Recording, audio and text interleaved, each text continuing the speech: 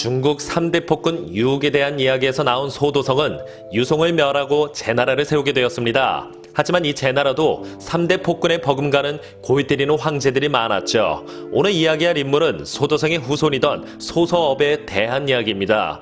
소서업은 제나라 2대 황제의 소색에 손자였는데요. 아버지였던 소장모는 태자였지만 일찍 세상을 떠났고 그렇게 할아버지를 이은 제나라 3대 황제가 되었죠.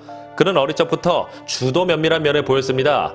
언변이 좋아 항상 겉으로는 착한 모습을 보였는데 뒤에서 못된 짓을 일삼았죠. 그래서인지 할아버지 소색은 그의 착한 면만 보게 되어 그를 많이 예뻐했습니다. 그는 밤만 되면 몰래 궁을 빠져나가 밖에서 놀다 들어왔었는데 아버지인 소장모가 매번 그러지 말라고 꾸짖었음에도 그의 일탈 행동은 그칠 줄 몰랐죠. 소장모는 결국 소서업의 방문을 걸어 잠그기까지 하는 초강수를 뒀지만 몰래 열쇠도 만들어 놓았었기 때문에 계속해서 밤마다 시종들과 거리로 나가 나쁜 짓을 일삼았습니다. 소서업은 원래부터 성격이 포악하고 음흉했는데 그는 화려한 말재주로 사람들을 잘 속였고 마음에 안 드는 사람은 죽이기까지 하는 악한 인격의 소유자였죠. 자꾸 소서업이 선 넘는 행동을 하자 아버지 소장모는 그의 용돈까지 줄였는데 그러자 소서업은 나중에 황제가 되면 벼슬을 주겠다며 부자들에게 돈을 빌려 유흥비로 모두 탕진해버렸습니다.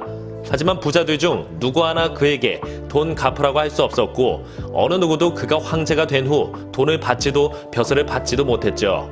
어쨌든 소서업은 아버지에게 자신의 행동을 계속 제재당하자 빨리 황제가 되어 자기 내키는 대로 행동하고 싶어 했습니다. 빨리 아버지를 죽게 해달라고 무당 양씨를 시켜 저주의 기도를 하게 했죠.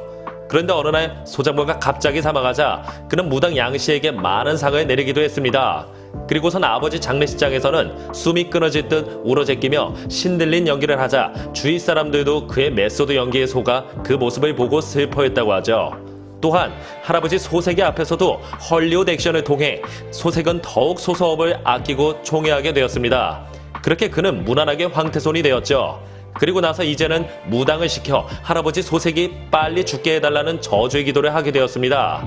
그런데 이 무당이 어찌나 용한지 얼마 안가 소색도 병에 걸려 알아눕게 되었는데 그는 병문안에 가서도 대성통곡을 하자 소색은 다음 황제는 소서업이다라고 많은 사람들 앞에서 선언했죠.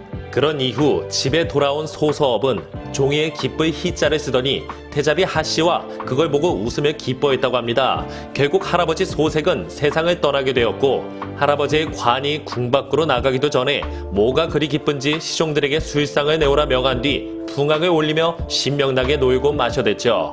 게다가 황제가 되고 며칠 후 자신이 황태손이 되기 전에 다른 사람을 황태자로 올리려 한 왕용이라는 신하를 모함에 죽여버렸습니다. 황제가 되고 나서 이제 거리낌이 없어진 소서업의 행동은 거침이 없었습니다. 할머니와 어머니에게 잘생긴 남자를 수십 명씩을 보내 아침 저녁으로 풀서비스 시중을 들도록 했고 할아버지 소색이 지었던 초안전을 허물어 거기다가 경마장을 만들었으며 개와 매를 키워 허구한 날 사냥을 다니기도 했죠. 또는 애들처럼 놀기도 좋아해서 말타기나 닭싸움 등도 자주 했고 무거운 것에 줄을 매달고 입으로 물어 들어올리다 이가 부러져도 좋다고 웃어넘겼으며 진흙탕에서 놀아 온몸이 흙투성이가 되기도 하는 등 철부지 어린애처럼 놀아댔습니다.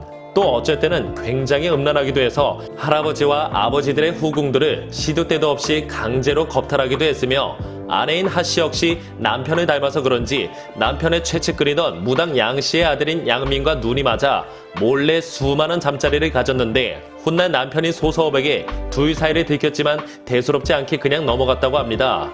그러자 황후 하씨와 양민은 옳았구나 싶었는지 드러내놓고 부부처럼 행동했으며 거의 매일 밤을 뜨겁게 보냈다고 하죠. 게다가 나중에는 궁궐에 무슨 놀이공원 마냥 24시간 개장을 했는데 일반 백성들과 대신들이 섞여 무분별하게 드나들어 국내가 마치 시장바닥 같았습니다. 소서업은 기분이 좋을 때 측근들에게 돈을 마구마구 뿌려댔는데 할아버지 소색이 오랜 기간 쌓아놓았던 나라의 전재산을 단 1년 만에 모두 탕진해버립니다. 이를 보다 못한 아버지의 사촌역이던 소란이 여러 번 간언을 했지만 속위에 경이 있기였죠. 오히려 소란에게 역모의 조짐이 있다며 그를 제거해야겠다고 마음을 먹었지만 굳고 탕진잼에 넋이 나갔는지 그것마저 실행하지는 않았습니다. 그러다 결국 소라는 군대를 일으켜 궁으로 쳐들어갔고 깜짝 놀란 소서업은 헐레벌떡 후궁 서씨의 방으로 들어가 칼로 스스로 자신을 찔러 자결하려고 했지만 무서워서 하지는 못했으며 그리고 나서 목을 매달아 죽으려는 신용을 하다 소란의 부하들에게 붙잡히게 되었습니다. 그는 재위 1년 만에 국고를 탕진했고 2년 만에 소란에 의해 황위에서 끌어내려져 처형되었으며 훗날 올리망으로 강등되는 지옥을 맛보았죠.